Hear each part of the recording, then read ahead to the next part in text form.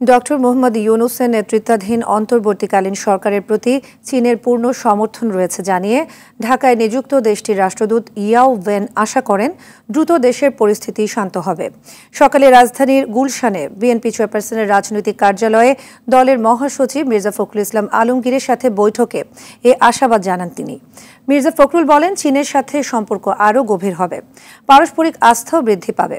খান আলামিনের রিপোর্টে দেখুন বিস্তারিত।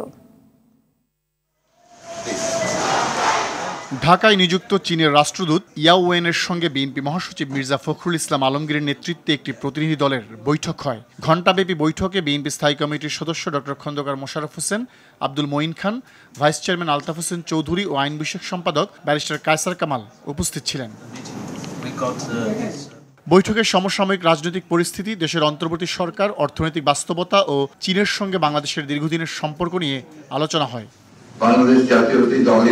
বৈঠক শেষে চীনের রাষ্ট্রদূত জানান, পারস্পরিক সহযোগিতা নিয়ে আলোচনা হয়েছে, যা অব্যাহত থাকবে। চীন বাংলাদেশের স্বাধীনতা সার্বভৌমত্বকে সমর্থন করে। অন্তর্বর্তীকালীন সরকারের প্রতি সমর্থন জানিয়ে রাষ্ট্রদূত আশা করেন দ্রুতই বাংলাদেশের পরিস্থিতি স্বাভাবিক হবে।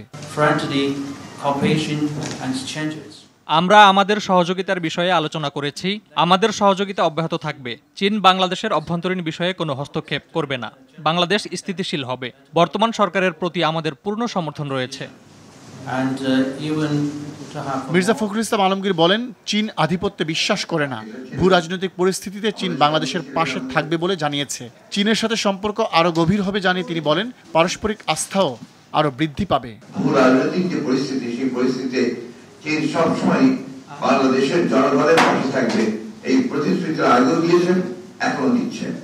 এবং একই সঙ্গে চীন আজকে সারা বিশ্বের রাজনীতিতে যে গুরুত্বপূর্ণ ভূমিকা পালন করছেন, সেটাও আমরা অ্যাপ্রিসিয়েট করছি।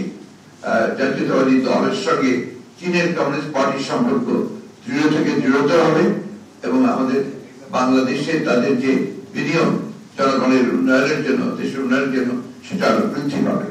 ফখরুল বলেন, ওয়ান চায়না পলিসিকে সমর্থন করে বিএনপি। ভবিষ্যতে চীনের সাথে বাংলাদেশের সম্পর্ক আরো শক্তিশালী হবে। আমাদের সঙ্গে চীনের সম্পর্ক আরো গভীর হবে। খান আলামিন, RTV, ঢাকা।